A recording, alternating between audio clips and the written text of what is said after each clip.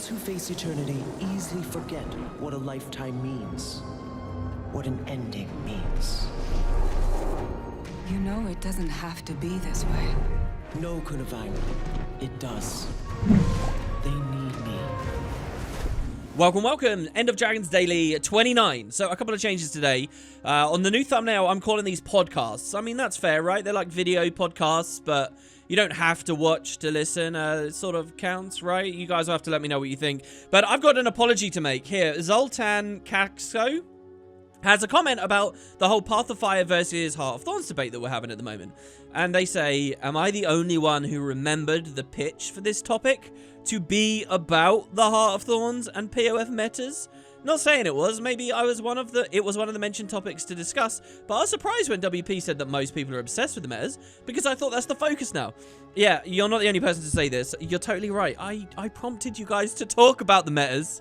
And then I said, oh, you're all so obsessed with the metas because you're also reward-driven. That's my bad. I'm really sorry. I don't know what I was thinking, man. This is a big enough subject. The idea that we'll do a Heart of Thorns POF episodes dedicated to individual topics as well. We really could be discussing this for like half a year. ArenaNet could release End of Dragons in 2022 and we'd have content the whole way up for that. So yeah, I don't know. Look, we can keep it as a general grab bag and we'll see what comes of it. Footage in the background will be an assortment of things that I've been playing. As I mentioned, I am offering to the guilds to appear in footage every now and then, and I've been playing a little bit of Fractals as well with you guys lately, so you might see a bit of that. On the note of the footage, Louis Sanchez here says, dude, you really need to change that hot can. You used to call a PC. Hot can, beautiful. You said some videos ago that you should start a fund. Please do so. Yeah, so I feel weird about that idea. Anyone watching me a long time will know that. At the same time, you are right that my PC is in a bad way. It's not just that the footage looks bad, but it's really stressful knowing that you could cut out at any moment and get some kind of hard crash. Losing a recording in the middle of a video and you have to do it all again. But it's happened a lot of times, like when I was starting to do Daggerfall last month and a couple of FF12 episodes, and now I just can't stop thinking about it every time I go back to those ideas. So, over to the fun thing, well, despite maybe my better judgment, I've decided to go for this. I actually also returned to streaming this week. I haven't announced that anywhere. I probably should at some point. And my thinking is I can kind of tie these two things together. So as far as the stream content is concerned, I'm kind of going around getting different achievements each day, showing off how they work. It's not necessarily about the expansion, which is what I appreciate most people are watching this video for.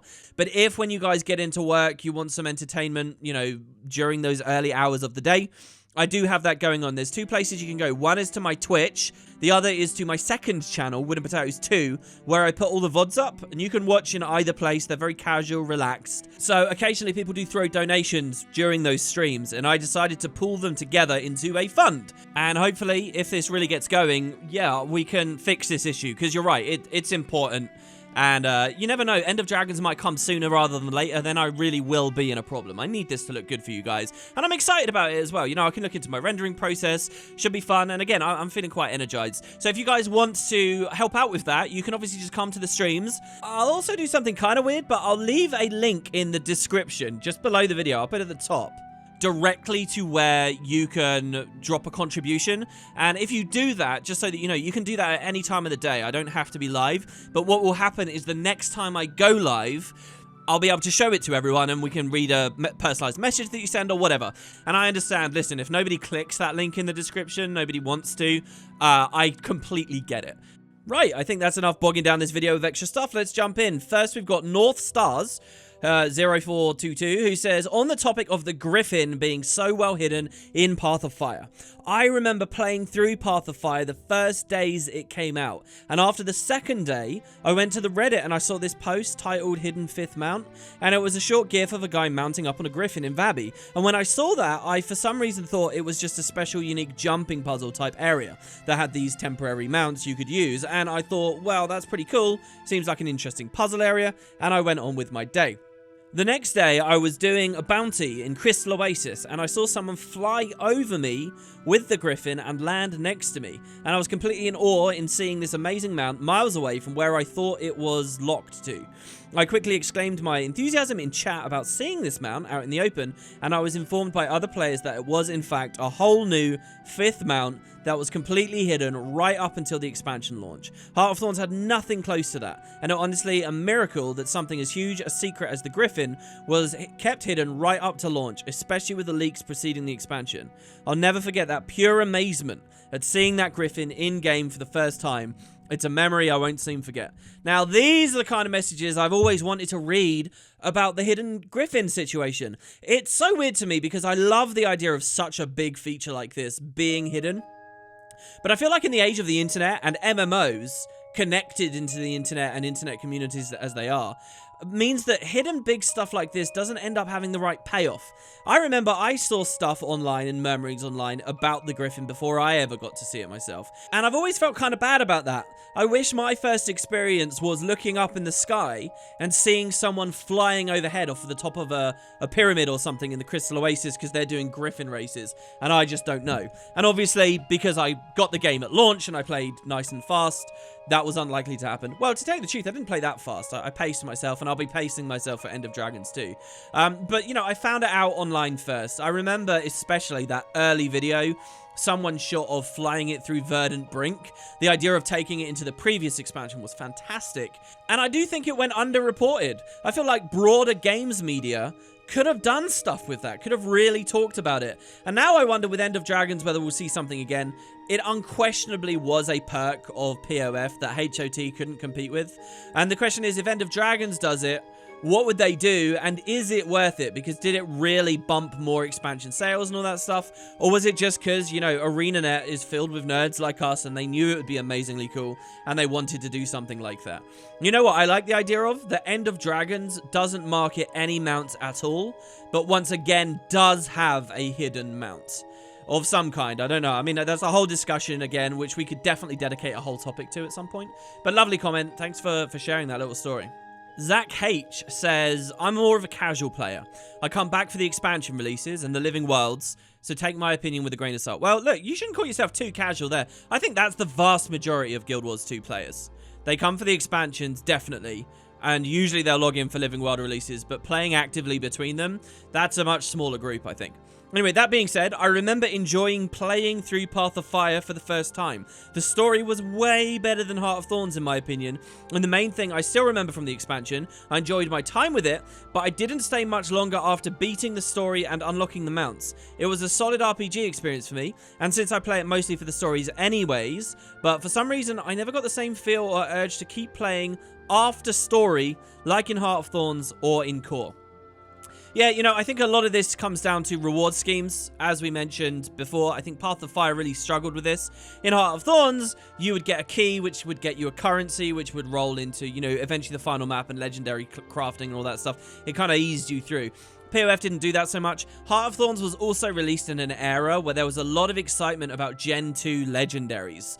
POF was released in an era where they were still struggling to get those Gen 2 legendaries out, and the idea that we'd find many other varieties was not that high. And even now, you know, when there's legendary runes and sigils and the trinkets and stuff, these items, these categories of legendary, don't arrest or captivate the audience like the idea of legendaries did back around Core and Heart of Thorns. So they had that going for them.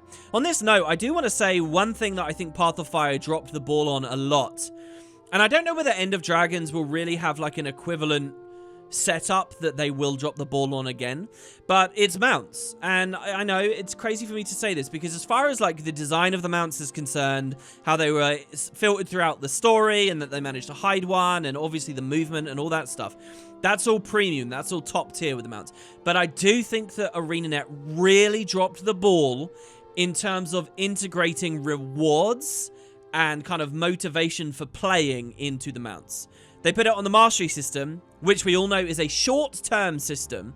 It's only going to be there for a little while, then people have it finished and they kind of move on. They didn't do anything good with items. What I really think that mounts were missing was a new inventory slot, like a saddle slot, and the saddle could augment the mount in some way, maybe visually or even mechanically, and you could have rarities of saddle. And especially as well, I really think that we missed a trick not having legendary mounts. So they sell really flashy, amazing looking mounts on the gem store regularly, and I'm sure they've earned a lot of revenue out of that. So maybe it's the right decision. Maybe money is the be-all and end-all and all this kind of stuff. But I look at other MMOs, and what is one form of prestige or item acquisition people are desperately excited about? Getting new mounts. Now, I really want you guys to imagine, like, I'll make sure that the footage is synchronized right now. But look at my rev here. Look at this Dreadnought Raptor that I'm walking on right now. Imagine that I actually had to build up like a Guild Wars 2 legendary weapon. Imagine that I had to do the Path of Fire legendary acquisition stuff for a good while, and it was actual prestige. It was rare, not many people had it, and those that did had worked for it. And I had chosen this one. Just as someone might have chosen the Dreamer instead of the Incinerator, I chose this instead of, you know, any of those other amazing 2K gem skins. I think that if that had been there, that would have been captivating. That would have been arresting. And if these were only available through long progression processes in the desert, I think even with the metas as they were all designed and all of that, you would have suddenly seen a lot more legs coming out of Path of Fire. People like Zach H who say, for some reason I just kind of stopped after POF. I don't think they would have. I think they would have been like, holy crap, look at that Raptor, I'm working on that. I would be way more interested in earning this mount skin than any legendary weapon, you know? So, yeah, and you can have it just as difficult as the weapons, and I think people would have gone for it. That I really think that they dropped the ball with on Path of Fire. And I mean, that's me as a gamer, as a player who's interested in player retention and population and things to do. Maybe, again, money is most important, and just selling them on the gem store was the right move, technically speaking. But, you know, that leads us into a whole other big thing with Guild Wars and how a cosmetic-oriented endgame gets so undermined by this monetization scheme with the gem store and selling shinies. Waffling Mean 44 says, at least from a story standpoint, I feel like Path of Fire is undoubtedly superior. Heart of Thorns was essentially just run point A to point B, kill a dragon at the end. The only time I felt like it picked up was when it handled deeper material, such as Tyrir, Ratanovus, and Morgemoth saying that killing him is actually a really bad idea. But it didn't tackle enough things like this, and it squandered so much more, such as Foul Lane, the Nightmare Court, Malik, and so on. Path of Fire, on the other hand, is straight away dealing with massive concepts like gods, Glint's legacy, Joko, and it was such a cool twist on the usual mission, where this time we're trying to stop a dragon and a god from fighting. Balthazar was also a much more interesting character than any Elder Dragon had been by that point. Path of Fire's story also felt way longer. Maybe I'm just imagining it, and the playtime is about the same, but honestly, I feel like more happened in that time. Even just the finer details, like the crystals Vlast left behind to explain his past, add so much depth. Also, I feel like one of the best subversive moments in all of Guild Wars 2 was when Joko's trying to bargain with us to get out of the Domain of the Lost, and we're just like, lol, no, I'll do it myself. I think everyone was expecting the cliche deal with the devil thing. Oh my god, this is one of those messages where there's 1,000 things to talk about. First of all, yeah, I agree. I kind of, at the moment, I flip-flopped on this, but at the moment of reading this comment, I like the way that they did Joko in POF. You know, you see his influence a ton. They do not hand wave the Awakened or Joko's Empire. They don't. The Bone Palace is there. There's loads going on. Joko himself, though, as a character, they give you a glimpse of, but not much. And yeah, they kind of do a bit of a twist on maybe the expectation. Make the commander his own character, separate from the Guild Wars 1 character. Yeah, I liked that stuff. And they had like 3 antagonists, really. That was one of the big points of intrigue about Path of Fire. We've got a dragon, a god, and a lich all at once. Like, what are they going to do? And, you know, that kept me on my toes as I played. I definitely really appreciated that. As to some of your other comments, I think you're kind of, like, mixing up certain things. Like, we need a better way of describing this discussion, because you're saying, oh, the story was really good, but then you're crediting the fact that it felt long. To me, that's not the story. That's the game's mechanics and implementation. How long the instances felt. How much we have to do between those instances, how they're padded out. And in a way, like, Path of Fire did basically have a whole other arc, right? There was like 3 acts to Heart of Thorns, but there's like 4 to Path of Fire. And even then, they trimmed down the Desolation stuff. Don't forget, you basically get a whole extra map's worth of stuff in POF. And then some as far as the story's concerned, because, you know, in Heart of Thorns, Dragon Stand is really just like 2 missions. It's not that much. So, you kind of got that to think about. And the other side as well is, you're saying Heart of Thorns was essentially just run from point A to point B. Well, again, that's like mechanics, isn't it, really? Like, I've never really sat down and thought, how do the Heart of Thorns story instances compare to the Path of Fire story instances as far as things to do. Like, I remember for one of these videos, I played the end of Heart of Thorns recently. You guys didn't see the footage because my PC's crashing. But in it, I was marveling at some of the user interface they had. It was the moment at the end where you get to choose 2 heroes to come with you inside the dream to fight Morgemoth, and the third will stay behind. And they kind of had like that personal story green starburst with 2 arrows, one going left, one going right. And it reminded me that Verdant Brink had that idea as well, where you could choose one or the other. Heart of Thorns actually did a little bit of that personal story stuff where you are making decisions and people react. All of which Path of Fire dropped, but the missions branching and diverging based on little choices that don't really affect the overarching story, that was cool about Heart of Thorns, for sure. In editing here, to be fair, there was the whole choose who's going to defend an Amnoon, like what stance Amnoon will take. I remember that and really enjoying that, tweeting about it, and one of the devs said they were happy to see it. That was cool. So, yeah, POF had bits. But then, you know, think about the diversity of missions in POF. Like entering the library. When I did that max legendary character video recently, and I entered the library, I had to obviously gain access to it in the story mission. So you do the puzzle where you're grabbing all those plates out in the mist and you put them in the machine, and then you have to spin them until they lock into place, and then you have to collect even more stuff, and each ghost has a different objective for you.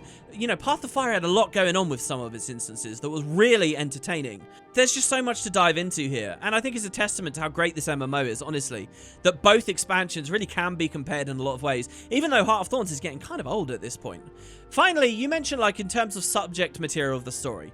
Well, I'm on 2 minds about this. In some ways, I get it, right? Path of Fire is dealing with these big concepts. Dragons, gods, liches, dynasties. Like, this is huge stuff. Heart of Thorns is just, you know, we're a little adventuring band stranded out in the jungle. And, you know, it feels like the stakes are different. But I have to say, to Heart of Thorns' credit, it doesn't really matter how, so to speak, big the subject material is, as well as it's being delivered well. You know, you can criticize Heart of Thorns for not doing Malik. But if you really think about it, if they had done Malik, but they didn't give him that much screen time, it wouldn't have been better. Yeah, they would have introduced a big topic, but if they don't properly explore it, then that's going to be unsatisfactory, even worse in some ways. So, you know, I don't know whether I really credit Path of Fire for having a better story just because the stakes were bigger, so to speak. But I will give you that Balthazar's definitely a better antagonist. I don't know, there's a lot we can key into. Thanks for the message. Next we have L. Amazing username, who says, when starting this video, I was wondering if people would bring up the differences between Heart of Thorns 1.0 and Heart of Thorns 2.0. And it baffles me that there's so little discussion about that. You said that to admit Heart of Thorns is great now is to say that people were wrong about Heart of Thorns when it came out. This might be true for everyone who was used to short-term games and found Heart of Thorns too grindy. I'll take a guess and say that most of those people that haven't stuck around and don't play anymore. But even back then, the situation and the discussion around Heart of Thorns was a little more nuanced. The original implementation of the Heart of Thorns metas was quite different.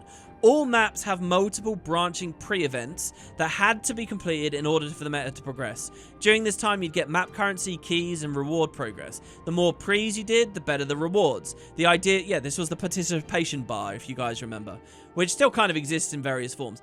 The idea was to incentivize players to stay in a map for a long time and engage with many parts of the map instead of just the end boss. And guys, as well, I'll add to this person's comment, if you think about like the Heart of Thorns potions, like if you've got the Auric Basin potion or the Greater Auric Basin potion, which just look really weird now, but kind of worked better if you look at their original philosophies for the rewards.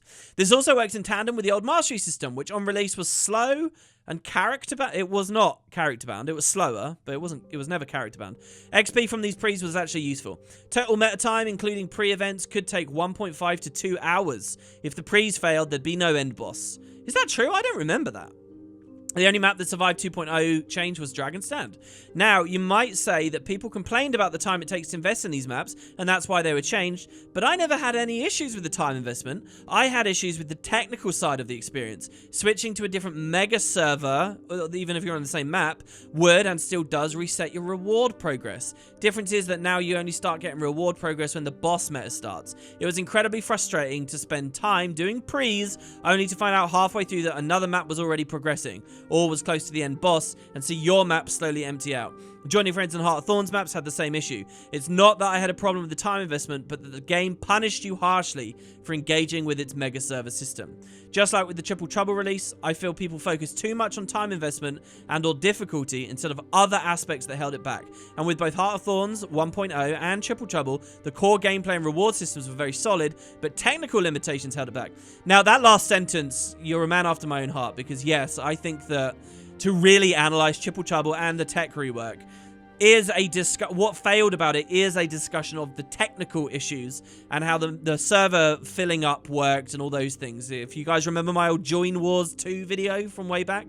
Anyway, that's kind of a side subject. I think this is an interesting point to remember. People kind of do forget. I do also think, though, that the time investment is a facet. And why do I think that? Well, actually a very recent release, Drizzlewood.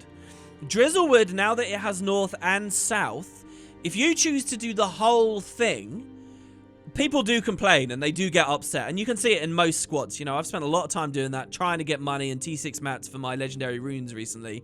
And I'll tell you, you know, that is a hell of a time commitment. If you want to do multiple, especially if you're like trying to do the otters, but by pushing all the way through instead of mega server swapping, you're going to be around for a long time.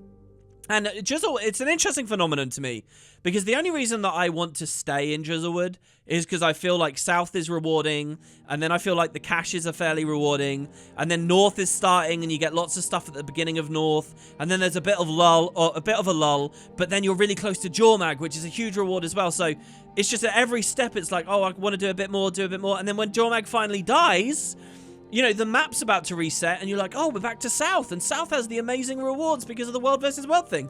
So you just keep going. But at the end of the day, it is still just my decision to drop in or drop out if I want to. You don't have to do all of Drizzlewood every time. You can just dip in for one of those little moments and still feel rewarded.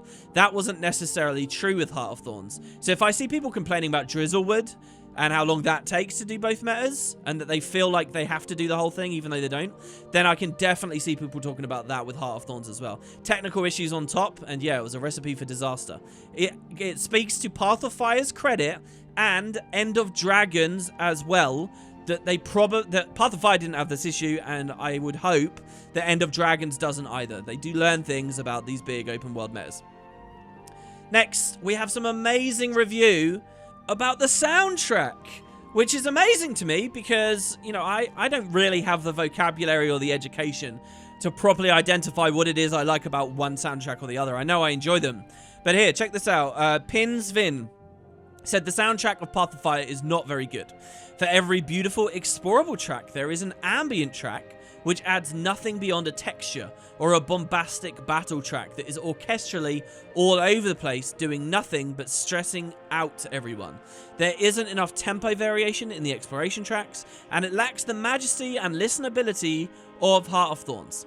Also, it's really obvious which tracks were made with patches instead of an actual orchestra. I want to say on that note, they almost never use an actual orchestra, right? Like, it's a moment when they do. Anyway, out of the 40-track album of Path of Fire, I can listen to maybe 15 of these tracks. The rest are instant skips. Big difference in quality from acclaimed Deemer's Very Good Season 4, and incredible work along with Lena Chappelle on Heart of Thorns, which has the best overture of video game ever, except with the exception of maybe Morrowind. Very high praise there. So I think you're right. I think you've actually changed my mind. I think I can, and I can agree that Heart of Thorns is more consistently fun to listen to. But I will say, to the game's credit, you know, there is such a thing as being fit for purpose. And sometimes being fit for purpose means just putting ambient noises in that are meant to supplement the game. You're not thinking always about people listening to the OST. The soundtrack is meant to be supporting something else going on screen at that moment. You know, if you look back at the Guild Wars 1 soundtrack, it's filled with this kind of ambient crap that you wouldn't want to listen to on its own. But I don't know whether we should really judge it on those terms. I mean, maybe you can. And you're definitely right about the combat music in PoF. Christ. that is a real downer. It's too loud. It's kind of like the whole New Lines Arch music. Sometimes I feel like they missed the bar a little bit, and you're right. The description of it being overly bombastic is maybe even too kind. That POF combat music roars in, even when you're just fighting like a little scarab beetle, and he happened to get you below 50% health. Unbelievable. And so that's it, guys. Listen, the quality of discussion, the amount of walls of text is insane at the moment. I can't keep up with it. I mean, I'm reading them all, but I can't put them all in the videos. So please respond to each other and use the thumb up feature. Please use that so that I can hopefully hone into things that more people agree with and want to hear discussion about. That is the best way for us to keep going forwards here. I'm loving what we're doing. It's absolutely incredible. Quick little reminder again about this PC fund. It's there in the description. Also a link to Twitch and that stuff. So thank you all, and I'll see you for the next End of Dragons Daily tomorrow. Take it easy, guys, and keep safe.